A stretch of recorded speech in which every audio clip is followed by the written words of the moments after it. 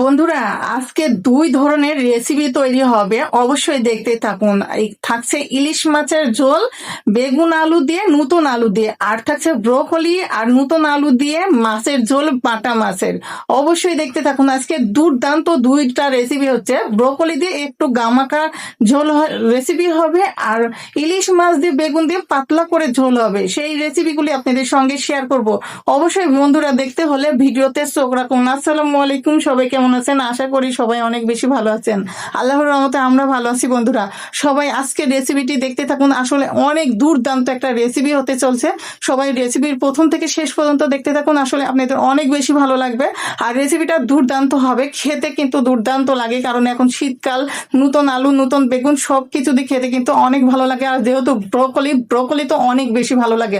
অবশ্যই ভিডিওর প্রথম থেকে শেষ পর্যন্ত দেখতে থাকুন, আপনাদের অনেক বেশি ভালো লাগবে। বন্ধুরা দেখতে থাকুন। তো বন্ধুরা, রান্নাঘরে চলে এসেছি। ফাইনালি এখানে কিন্তু মশলা কষানো হচ্ছে। সব মশলাগুলি নেওয়া হয়ে গেছে। মশলাগুলি কষিয়ে এখন কিন্তু রান্না করব। আর বেগুন আলু তো কেটে নিয়েছি। এই তো কিন্তু মশলা কষানো হয়ে গেছে, মশলার মধ্যে দিয়ে দিলাম, দিয়ে ভালো করে কিন্তু কষিয়ে রান্না করব। আর কিন্তু বেগুন আলু দিয়ে ইলিশ মাছের ঝোল খেতে যে কি যে ভালো লাগে সেটা কিন্তু না খেলে বুঝতেই পাবেন না। আমরা তো অনেক ভাবে অনেক কিছু করে কিন্তু ইলিশ মাছ খেয়েছি। এইভাবে কে কে খেয়েছেন অবশ্যই কমেন্টে জানাবেন। তো আর এই ভিডিওগুলি আপনাদের কাছে কেমন লাগছে সেটাও কিন্তু অবশ্যই কমেন্টে জানাবেন। আর যারা আমার ইউটিউব চ্যানেলটি এখনো পর্যন্ত সাবস্ক্রাইব করেনি, অবশ্যই আমার ইউটিউব চ্যানেলটি সাবস্ক্রাইব করবেন। তো বন্ধুরা, অনেক সুন্দর হয়েছিল রেসিপিটা, খেতেও মাশাআল্লাহ অনেক ভালো লেগেছিল। তো আপনাদের সঙ্গে শেয়ার করলাম। আর এদিকে দেখুন, ফাইনালি ইলিশ মাছগুলি ভেজে রেখে দিয়েছি। আর ইলিশ মাছগুলির সাইজ একটু ছোট হলে কি খেতেও কিন্তু অনেক মজা। যাই হোক, ফাইনালি ইলিশ মাছের তরকারিটা সুন্দরভাবে কষিয়ে নেওয়া হয়ে গেছে। বেগুন আলু কষিয়ে নেওয়ার পরে একবারে ঝোলের পানি দেওয়ার পরে মাছটা ছেড়ে দিয়েছি। আর এই ভিডিওটা আপনাদের সঙ্গে শেয়ার করতে